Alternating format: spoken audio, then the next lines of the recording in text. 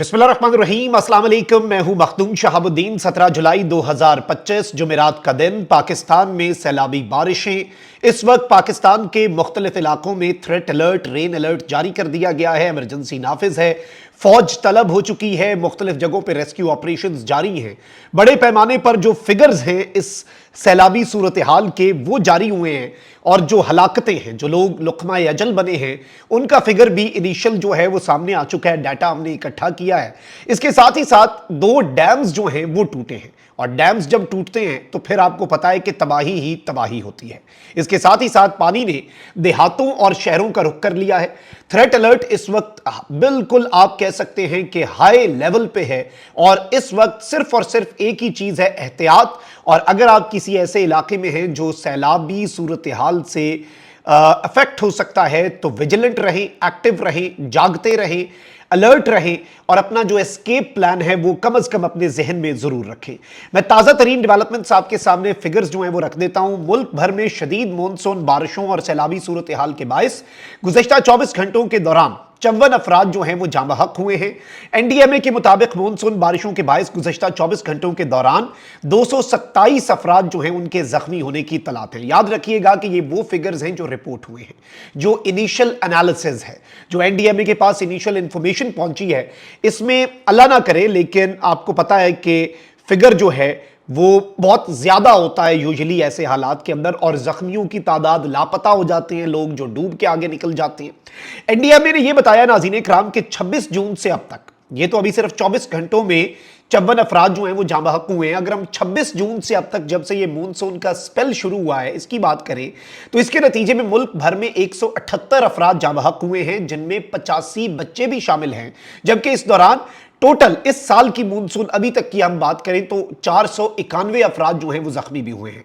खबर रसा एजेंसी के मुताबिक अक्सर हलाकतें मकानात गिरने, सैलाब और करंट लगने के बायस हुई हैं। यानी कि जो तारों का आपको पता है पाकिस्तान में जाल होता है, वो कितना अनसेफ होता है। फिर इसके साथ सैलाबी सूरत हाल है, नकासी का सिस्टम नहीं है नालों में, तुग़यानी, सफाई और फिर दीगर चीज़ें, बहुत से फैक्टर्स इकट्ठे हो जाते हैं।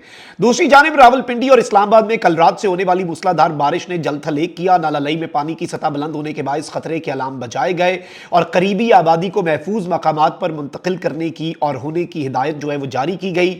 और जुड़वा शहरों में कल से अब तक 250 मिलीमीटर से ज्यादा बारिश जो है वो रिकॉर्ड की जा चुकी है, जिसके बायस रावलपिंडी, इस्लामाबाद में नशेबी इलाके ज़ेरे आब आ चुके हैं। रावलपिंडी के इलाके ढोब खब्बा में पानी जमा होने से शहरियों को मुश्किलात हुई।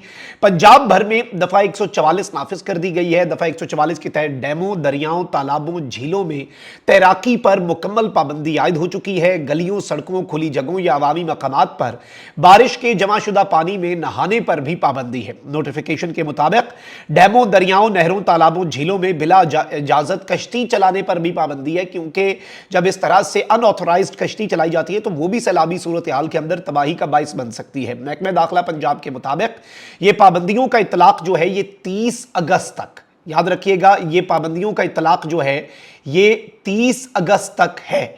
और इस सारी की सारी सूरत हाल के अंदर मैं आपको यह बताऊं कि इस वक्त रेन इमरजेंसी नाफिज है। जो रेस्क्यू हेलीकॉप्टर्स हैं उन्हें हाई अलर्ट पे डाल दिया गया है। आर्मी हेलीकॉप्टर्स, फौज तलब हो चुकी है। अब यहां पर जो तशवीशनाक चीज है, एक तरफ तो यह खतरा है कि पाकिस्तान का कमजर्फ और घटिया दुश्मन जो है भारत, जो कि आबी जारियत करता है, जो कि पानी रोकने को भी एक टूल के तौर पर इस्तेमाल करता है, और जो कि पानी को खोलना जो है उसे भी एक टूल और एक हथियार के तौर पर इस्तेमाल करता है भारत। तो भारत की तरफ से भी पानी का जो मामला है वो बड़ा अलार्मिंग हो चुका है। इस वक्त नाज़रीन कराम मुकम्मल तौर पर जो एरियाज हैं वहां पर सूरत हाल बहुत ज्यादा खराब है। इस वक्त जो सैलाबी सूरत हाल है चकवाल के अंदर, जेलम के अंदर, और अभी मैं आपको ये भी बता दूं, मैंने पिछले व्लॉग्स में भी बताया, पंजाब के बेशतर इलाके, गुजरांवाला, गुजरात, सियालकोट, सरगोदा, फैसलाबाद, इन सब एरियाज को हाई अलर्ट पे जाना पड़ेगा। ये याद रखिएगा कि चीज इतनी सादा नहीं है।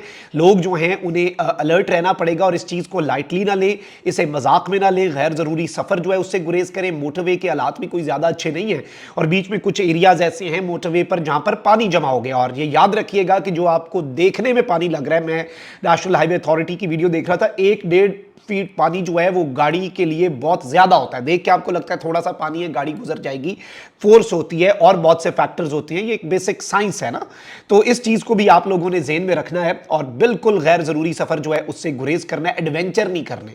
और कोई बहादुरी दिखाने की इस वक्त बिला वजह बहादुरी दिखाने की जरूरत जो है वो ऐसा सच होनी नहीं चाहिए आपके अजहान में। इसके साथ ही साथ नाज़रीन किराम, दो डैम्स जो हैं उनके हवाले से ये खबर आई है कि वो डैम टूटे। एक तो चाहान डैम जो है रावलपिंडी के अंदर वो कोलैप्स हुआ है, और ये डैम जो है ये कोलैप्स इसलिए हुआ है क्योंकि हैवी फ्लडिंग जो है, हैवी फ्लड्स जो हैं उनकी वजह से ये डैम टूटा है। ये बिल्कुल यहाँ पे डिस्ट्रक्शन जो है वो देखी गई है, विच इज़ वेरी अनफॉर्चुनेट।